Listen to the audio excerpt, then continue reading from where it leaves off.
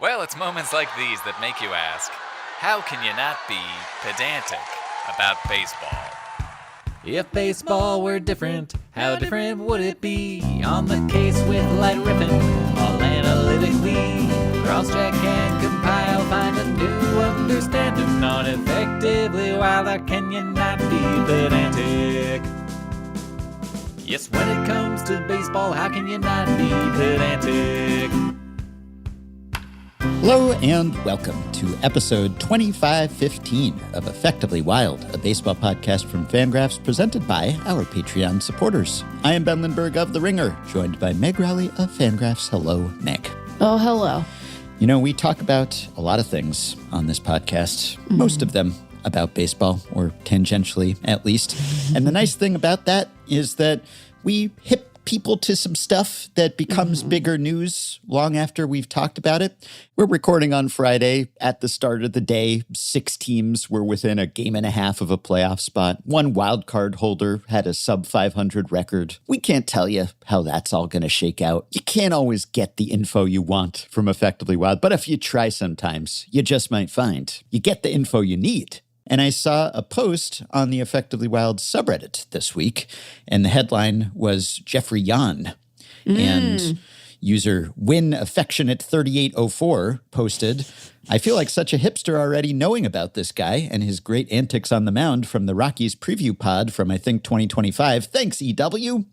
And I believe it actually wasn't the Rockies preview pod, oddly enough. I think it was episode 2290, which was a Diamondbacks and Nationals preview pod last March when we talked about Jan. And we talked about him because he was in spring training and he was doing his balletic airborne strikeout celebration. And maybe he came up on the Rockies preview pod as well. We may have mentioned him multiple times, but he's kind of been a niche figure, maybe in some social circles and internet alcoves, because people have seen his celebrations in the minors. He's been bouncing around. And this week he went mainstream because he got called up to the Mets and he was facing the Guardians and strikeouts were recorded and he did his usual shtick. He did his leap and people were taken aback if they had not been clued in before this. And it's really something because he's 29 years old. He's almost 30. He turns 30 later this month. Happy early birthday to Jeffrey Yan. And he probably will be pretty happy because he has finally made his major league debut after this long minor league odyssey. And he's pitched all over the place in different organizations and was out of baseball for a while. But he has this signature trademark move after every strikeout. He takes to the air. He looks like he just finished Game 7 of the World Series, and it's just a regular old strikeout.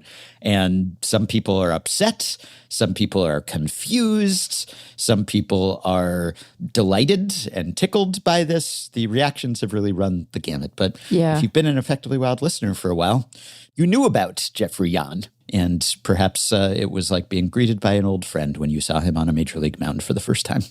I think that this story I'm about to tell is consistent with the first time that we talked about him. But like my first exposure to Jan came during Lidom. It was a winter ball phenomena. And so, get with the program, you guys. I can appreciate why, if one is unfamiliar with Jan's preferred mode of celebration, why it might take one aback the first time one sees it, because it is dramatic. Oh, certainly. You know, and it does feel, if you're trying to contextualize individual player performances and celebrations within the broader milieu of the team, perhaps a bit shocking, because Ben, I don't know if you know this, but the Mets aren't very good. You know, and so I can imagine a cranky King of Queens, you know, seeing Jan out there doing his strikeout move and taking umbrage. But I would just invite him to enjoy the journey, appreciate the journey that this young man has gone through. Yeah. I say young I mean, he's younger than I am. How about that, you know? And Yeah. he is still young within the context of being a human person. But as you noted, almost 30. We'll turn 30 10 days from now, in fact. So I know that Mets fans feel as if this season is one where they have wandered the wilderness, where they have sought refuge from some oasis in the desert and been spoiled by a mirage every time. But here, I'm here to tell you, let Jan be your oasis, you know? Yeah. Like, Yeah. let him remind you that even in a terrible season, one marked by disappointment, there are moments of delight. And if you think you've been waiting a long time, well, you ain't got nothing on Jan. I wouldn't say, Ben, that the Mets' most recent World Series appearance is like officially recent, reasonably recent at this point. But it's like, you know, within the course of Jan's career. How about Yes. that? A lot of other fan bases would consider it relatively recent, but yeah. And I'm not trying to give Mets fans the business in this instance. There are times when I like to give them the business because it keeps them honest. But, you know, when the Mets are bad, they pack a lot of bad into that stretch, right? This isn't normal bad. This is like when you get those hyper concentrated cold brews and you're like, wow, I just drank jet fuel and now I can fly. You know, it's like that. It's like being in a distilled pure state of suck. But now you have this and you get to enjoy it. So that's nice. Like get with the program of enjoy. And it's, you know, if you're worked up about it, don't worry. In all likelihood, this journeyman will continue his journey, man. Yes. You know? Yes. And we did talk about him subsequently on the Rockies preview, and that was episode 2294, and we asked Patrick Lyons about him. And the thing about him is that it's not done with any malice, and it's not personal. No. He does this on every single strikeout which is what makes it performance art. It just makes it so preposterous and ridiculous, but also I think makes you shrug and say, all right, that's just his thing, which I think Stephen Vogt, Guardians manager, more or less said like that. That's just the thing he does. And everyone knows. Now, not everyone knows. Fans might not know. I think people in the game generally know, oh, yes, that's the guy who has that trademark leap after every single strikeout. I would hazard a guess. I don't know this to be true, but I would not be remotely surprised if, kind of like an umpire issuing warnings, like I wouldn't be surprised if the Mets went to Stephen Vogt and were like, so, hey, this isn't, don't worry about it. Okay, this isn't, he's not doing it at you. I promise. He's not doing it at any of the batters he might strike out tonight. This is just his thing that he does. And we're going to roll with this quirk because it's ultimately pretty harmless. And like, here's this guy getting a shot, you know? And how exciting is that? Yeah. And he's heard it all before. He may have heard it from more quarters and a little more loudly this week than usual, just because more people are paying attention. But he has encountered this at every step of the way. And I think he's developed a thick skin, and he has somehow preserved his joy. And this is an expression of it against all the slings and arrows that I'm sure he has suffered because of this behavior and policing baseball exuberance, and particularly with non-white players. Perhaps you never know. People are going to disapprove. And yet somehow he has made it to the majors and almost to 30 years old, still doing this and being true to himself. And is it completely over the top? Yeah, absolutely it is. To be clear, 1,000%. You know? It's so silly. Just the mismatch between the leverage and how common the outcome that he is celebrating is. And he looks like he's celebrating the highest leverage. Just wow. He does it in every single situation. But that's why it's not targeted. He's not trying to pick on you personally. It could be anyone. And he's not a high-profile player, obviously. He may not be around for that long. He was pitching in the 6th inning. That's the work that he's going to get. So I think if he were more accomplished, if it were more sporadic, for example, to name another hard-throwing lefty reliever, when Aroldis Chapman did his somersault off the mound after finishing a game one time, that got nipped in the butt. That was the kibosh was put on that, and he was not going to be able to do that. But this is different because mostly people are just, he's happy to be here. And mostly people are happy for him that he's there. And once you learn the lore of Jeffrey Yan, and Right. you realize that it's not about you, it's about him, then I think you can sort of celebrate it, or at least say, well, different strokes for different folks, Right. I guess. And his numbers are actually pretty impressive this year Yeah. because AA, AAA, and now an inning in the majors, he has struck out 77 batters in 41 and 2/3 innings. That's a lot of strikeouts. Yeah. That's a lot of leaps. That's a 16.6 strikeouts per 9.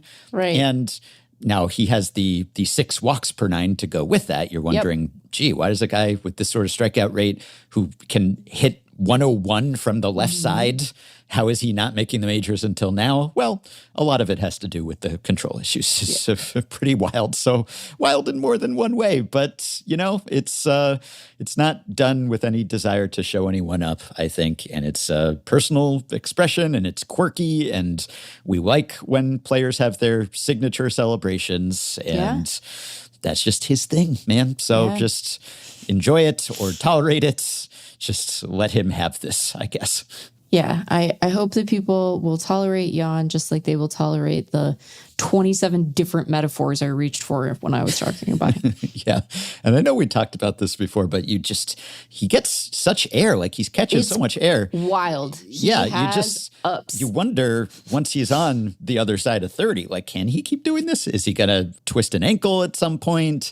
Like, will this hurt him in some way? He did it on a single. He sort of started to do it, and I don't know if it was just reflexive. Yeah. It was kind of back up the middle. It wasn't like his leap prevented him from gloving it. I don't think he would have gotten it anyway, and maybe he was just reflexively trying to get it out of the way or something. But I guess it doesn't matter what fielding position he's in because he does this on strikeouts. But if he were to do it prematurely or have a misfire and do it on a ball and play back to him or something, or just hurt himself. And then, I mean, we already invoked the Twitter meme the other day about the move, and it's not clear what you were trying to do, right? Like if he did that at the wrong time, then maybe I think if it were costly in some way, then maybe teams would actually crack down and say, don't do this anymore. But as it is, I think they just feel like, well, let him be exuberant. And why would you want to crush his spirit? He's been through a lot. So let him express that.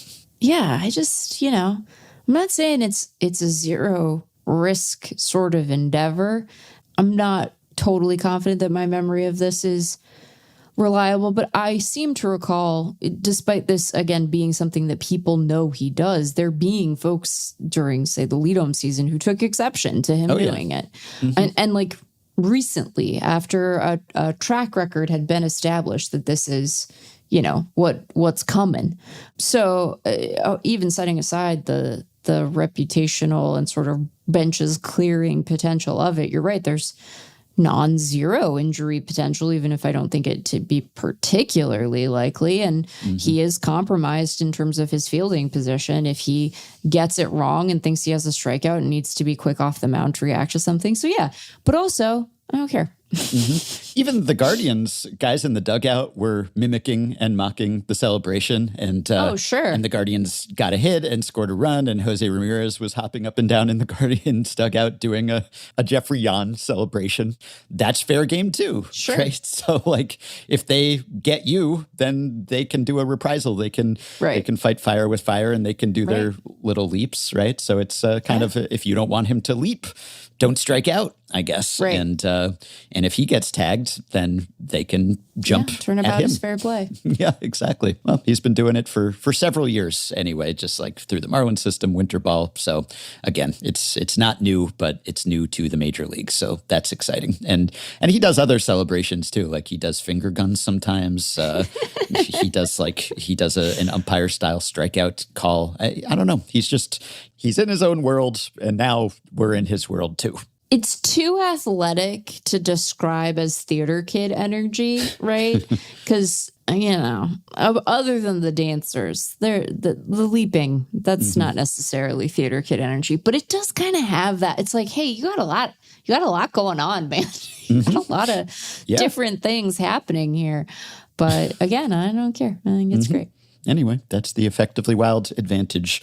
We will talk about today's big stories today, but we'll also talk about them years in advance. Sometimes, maybe. Sometimes we're probably late to things too. Who knows? Anyway. I don't think that's true. We record never. we do so many damn pods, Ben, and we talk for such a long time. It's true. Well, I will be talking for some time later on this episode with a couple of guests. And people know I'm a video game guy. I also do a video game podcast. It's called Button Mesh. It's on the Ringerverse feed. Hope you'll listen and like it. But occasionally I have crossovers on Effectively Wild, and we talk about baseball video games. And so I will be joined by Noah Campbell, a.k.a. Soft Drink TV on YouTube, and Taylor McNellis, a.k.a. Wild Lion Games on YouTube. These are two of the most established, most prolific makers of videos about video games that are sports related, baseball related.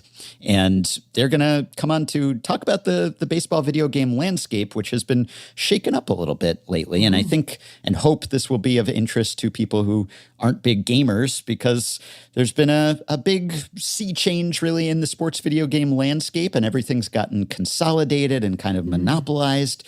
And there are many fewer games than there used to be, fewer franchises. And that's certainly true in baseball, with MLB The Show establishing its dominance for so long and kind of being the only show in town. Sorry, didn't even mean to, but just walked right into it. And that has had some costs in terms of a lack of alternatives and some stagnation in the games. But perhaps that is finally changing, because there are some alternatives. There's a new backyard baseball game. That series has been rebooted, and Professional Baseball Spirits. So for years, there's been a Japanese franchise called Professional Baseball Spirits, which is an NPB alternative. Oh, cool. But it hasn't been broadly available in the West and hasn't been localized. And so there's a real barrier to playing that if you were just an MLB fan, for instance. But for the first time, that series now has been westernized, and they have released it worldwide and with English commentary and everything. And so you can play that now. And it is an exciting alternative to the show.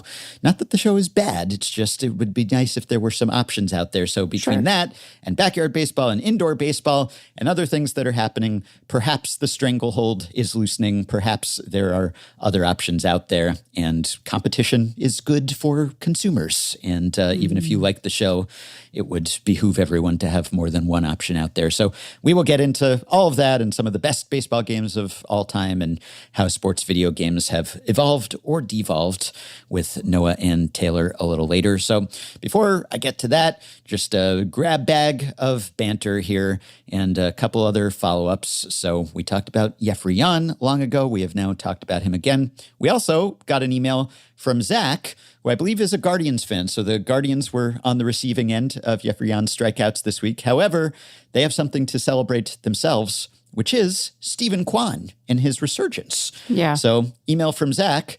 All of your Guardians at the deadline points are absolutely fair, and saying the outfield is cursed is reasonable. But let's give some credit to resurgent Stephen Kwan, rightfully back in the leadoff spot, who has been one of the best hitters in baseball since July 1st.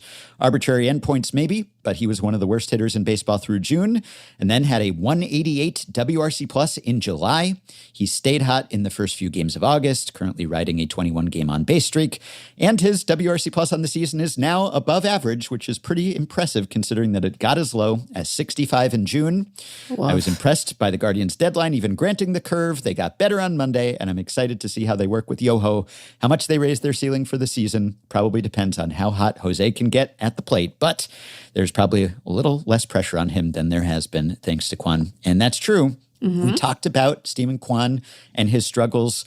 This was on July 10th, and by then he had already had a few games and perhaps the comeback had begun, but his full season numbers were still really rough at that point, and we were lamenting that and trying to figure out what was going on with him because it was kind of perplexing under the hood. It was hard to see why exactly he had been so much worse, and maybe that's because he was about to be better. He was already on the uptick, and it's true since July 1st, he has now a 184 WRC plus, and he has 1.7 WAR. He is sixth on the non-pitcher leaderboard since July 1st. It goes Pete Crow-Armstrong, Yordan Alvarez, Dylan Dingler, Ellie De La Cruz, Cedon Rafaela, and Stephen Kwan. So, yeah, he's been good again. And yes, he has had a 440 BABIP over that span, but also a lot more walks than strikeouts. Sure. Now, not much power, still a sub 100 isolated power, no homers over that span. He's batting .398 with almost a 500 on base, but whole lot of singles over that span. So I don't know, is he completely different than what he was, or has he just sort of stayed the course and luck has corrected and other things? But whatever the reason or reasons, he has been back to being productive, and that has certainly helped bolster a lackluster Guardians offense. Yeah, I mean, look, I love Stephen Kwan. I hope that he has a new pillow. Maybe he finally got a new pillow, and that's what turned everything around. Mm-hmm. We have talked about the importance of pillows on this pod, and we know that his has been wanting in the past.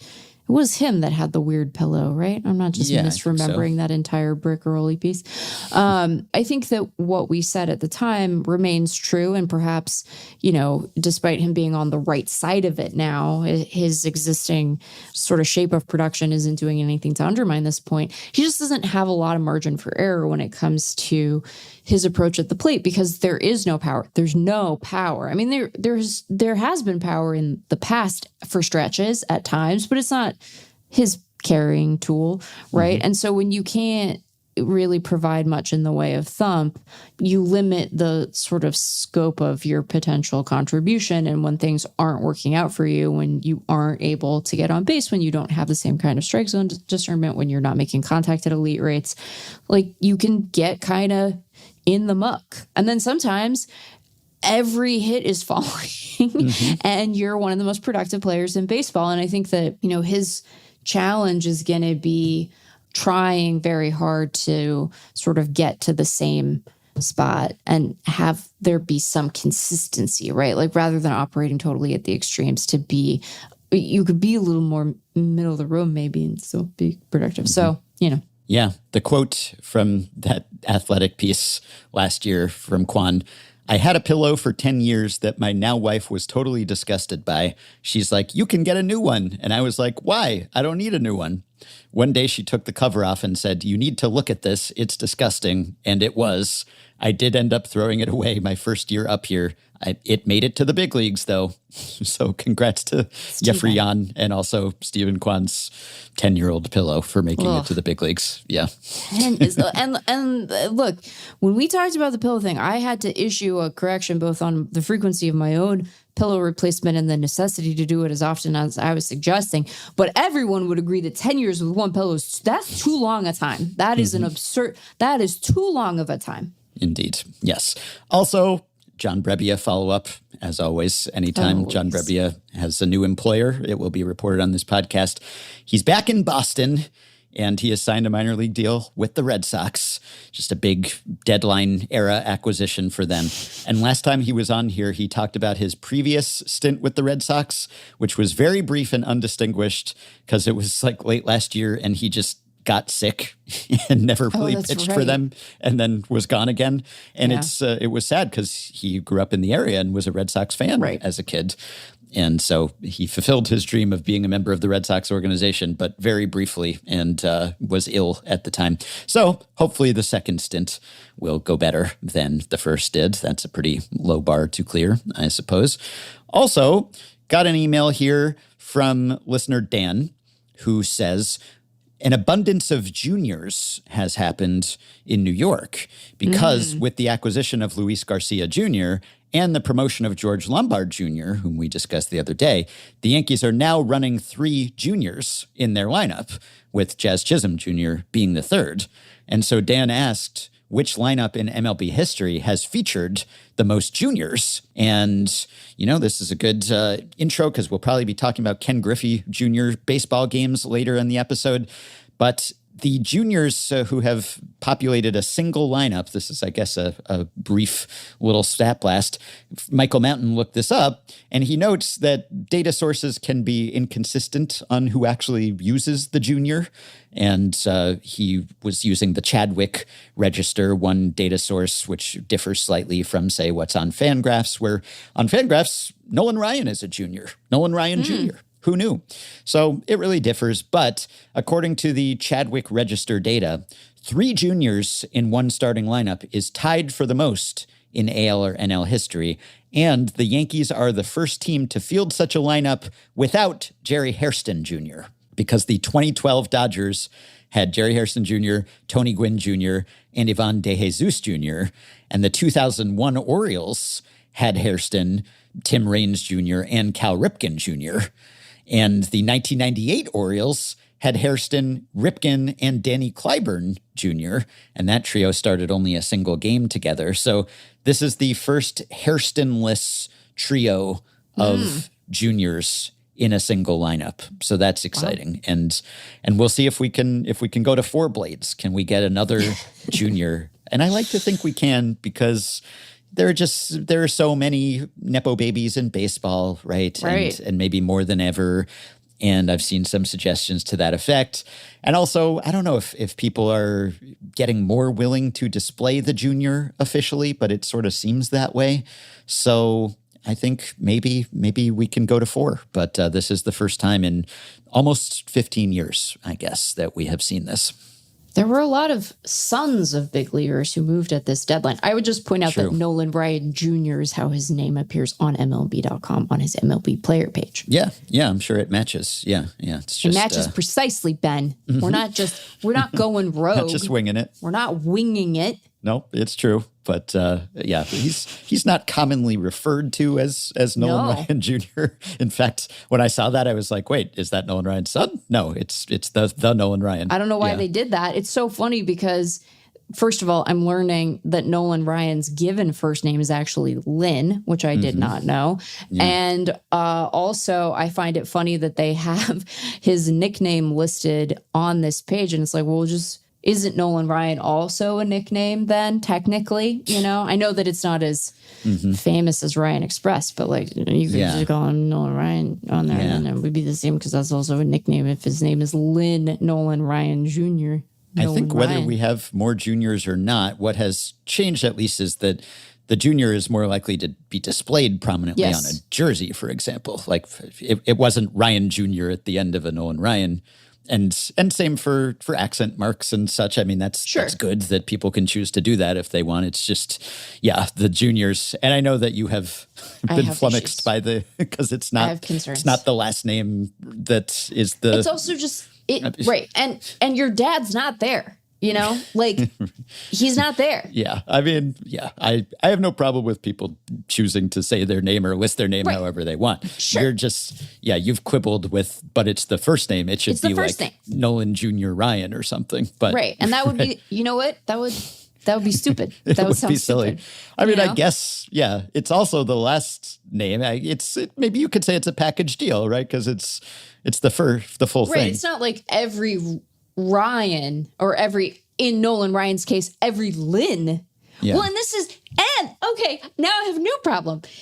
Why is he Nolan Ryan Jr. if his given first name is Lynn? Shouldn't it be Lynn Ryan Jr.? It should, but I guess if you adopt the Nolan, then you're Nolan. Right, you're just Nolan Ryan. What are we doing? And if he has a son and names him after himself, he wouldn't name him Nolan Ryan the third. There's no Nolan Ryan the second. There's a Lynn Ryan.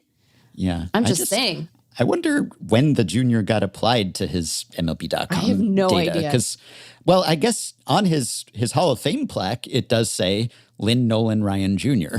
Okay. So, but on his Hall of Fame player page, it just says Nolan Ryan. So, right, because that's what everyone knows him as. So maybe it was a post-career preference, I don't know, where he said, display me like this. And I want to be clear. I don't think that my own sort of style pedantry should supersede the display preferences of anyone. Mm-hmm. They should put on their jersey whatever makes them happy, whatever they think is their expression of themselves. I am just pointing out it's not necessary. You know, it's like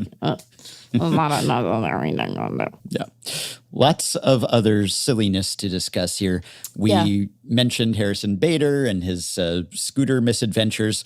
The Giants on Wednesday debuted a scooter celly. So they have a new celebration now that is them riding a scooter, like someone doubles for that. and they ride a scooter. Yeah, I wonder, was this done? I think Bader was, people were laughing in the dugout. And I don't know, look, people might be pissed at Bader for all I know. His teammates are not happy, right? Like his team is not paying him and everything. The players might feel like, hey, you are letting down the team because you got into another scooter accident and we could use your help here or whatever. Wait, another scooter accident? Was there? Oh, yeah. Did you not know? I talked about this last week, but this was his second one. He had one very similar incident, which was in college. Did he also get run over by a fire truck in that incident? No fire truck. No, Okay. That would have been uncanny. But he needs to worry about his own outfield curse. Yes. So the Giants are poking fun at him, perhaps in a good-natured way, probably. I don't know. But I don't care for that. I was kind of amused. I mean, I like the motion of it because it's like you put your hands on the bars basically, and then your foot is kicking. It looks amusing. I don't dislike it as a celebration. I mean, I want to be clear. My squishy liberal heart is not so squishy as to not think that like Harrison Bader was very much in the wrong here and should suffer consequences for it. Because like, come on. But also, he is suffering consequences. It just feels a little, I don't know. I guess it's a rallying around sort of thing, or it could be. Yeah. We don't know the it might context be a laughing with him, not at him, probably. But yeah, I think this was Daniel Susak who debuted it. Anyway, we've talked plenty about Giant celebrations this year in haven't we?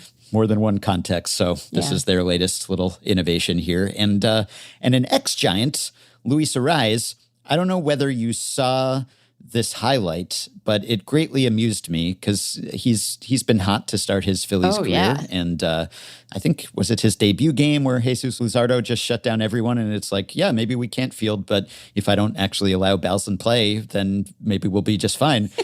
But I just sent you this. I have seen this, but it's still so delightful that it's so good. It's so good. Rise. So he's trying to score, and there's a play at the plate, and he leaps over the tag very acrobatically, and we've seen all sorts of acrobatic tag avoidance these days and innovations in that space, what with replay review and everything. And so he leaps over the tag, but also in the process of avoiding the tag, avoids the plate and sails right to the side of the plate. And so the catcher then gets up and puts himself between the plate and Arraez. And Arraez is trying to find a lane, and there just isn't one. And so he's like feinting, gonna go this way, gonna go that way, and then turns around and runs back to the dugout. And that's that. He never got tagged. He never actually made an attempt to touch the plate. He just put his head down, conceded defeat, turned right around and ran away after faking like he was going to try to make some weird approach to the bag. Just great. I love this little move. Just fantastic. Yeah, it's very funny. You got to be careful, Luis. They're gonna fall in love with you. You know, he had such a thrilling debut. Kruk is calling him Tony Gwynn, and everyone is just falling all over themselves, and he's so hype, and it was exciting, you know. And then when you do goofy stuff like this, I'm like, oh boy, they're gonna sign in Luis Arraez like a 10-year contract. Careful, careful. It's pretty good. And the call here, this is abandonment. He's called out for abandonment, I believe, which sounds so severe, but but that's the call. It's a judgy little rule book, you know. It's got some real judgy little bits in it. Yeah, because instead of trying to touch the base, he's just like, well, I'm out. That's it for me. And the umpire waited because theoretically, until he's called out, he could have turned around and come back. It's not like you're out of the baseline sort of thing. Like the umpire called him out once he got back to the dugout, and then the put out is credited to the catcher, and it's still a double for, I think it was Alec Boehm who got the hit, and then Arraez is out 9-4-2. And it's funny because you could imagine that if the catcher let his guard down, I don't know whether this was what Arise was thinking. Probably not. I don't know if he was thinking anything. But when he went back to the dugout and headed back, like if the catcher had said, all right, well, he's gone, and he had come back at some point after the catcher stopped paying attention, like lulled him into a false sense of security. I guess he gave up, and then he came back and touched the plate. I think that would have counted as long as he had not been called out by the umpire already. And probably the catcher kept his eye on him to make sure that he was actually called out. But that was quite amusing, because I think if the runner just jumped over and just ran to the dugout without stopping at all, then the catcher maybe would have had to touch the plate on an appeal to get the out. But he wasn't called out until he went in the dugout, and the catcher didn't have to tag home. So it was officially abandonment, which was explained by the @ScoringChanges account on Twitter helpfully. But yeah, very amusing move for Luis Arias, or lack of a move ultimately. Also, in the silliness department, we had the rare double fart bat.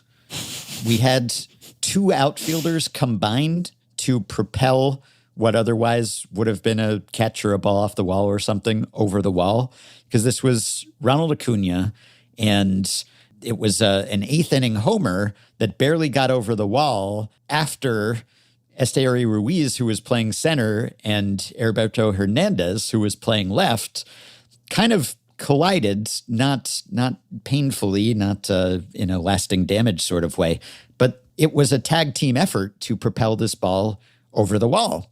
Yeah. And so it wasn't quite as embarrassing as off the gourd, off the dome, Canseco or Adele style, but it was a true team effort, and I think it satisfies the criteria for the fart bat, because it looked to me like it was off of Ruiz's glove, but Hernandez's glove kind of smacked into Ruiz's glove as the ball was landing, and thus propelled the ball over the wall. So like, it wasn't just that it popped out of Ruiz's glove. I think Ruiz either would have made the catch, or at least it wouldn't have been over the wall without the assists from Hernandez. What It's are pretty the good. odds of this? You know, people bet on baseball.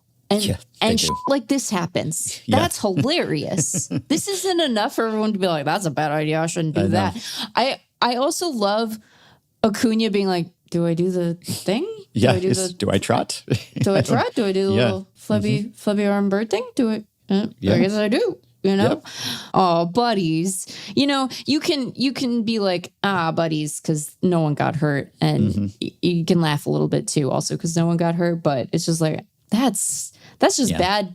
That's just bad luck, you know? Yeah. And it's not like no one was trying to call for it, you know? Yeah. Feelings got hurt. Yeah, it was just one of those things. It was in no man's land. And fart bat fielder accidentally rewards the batter a tater.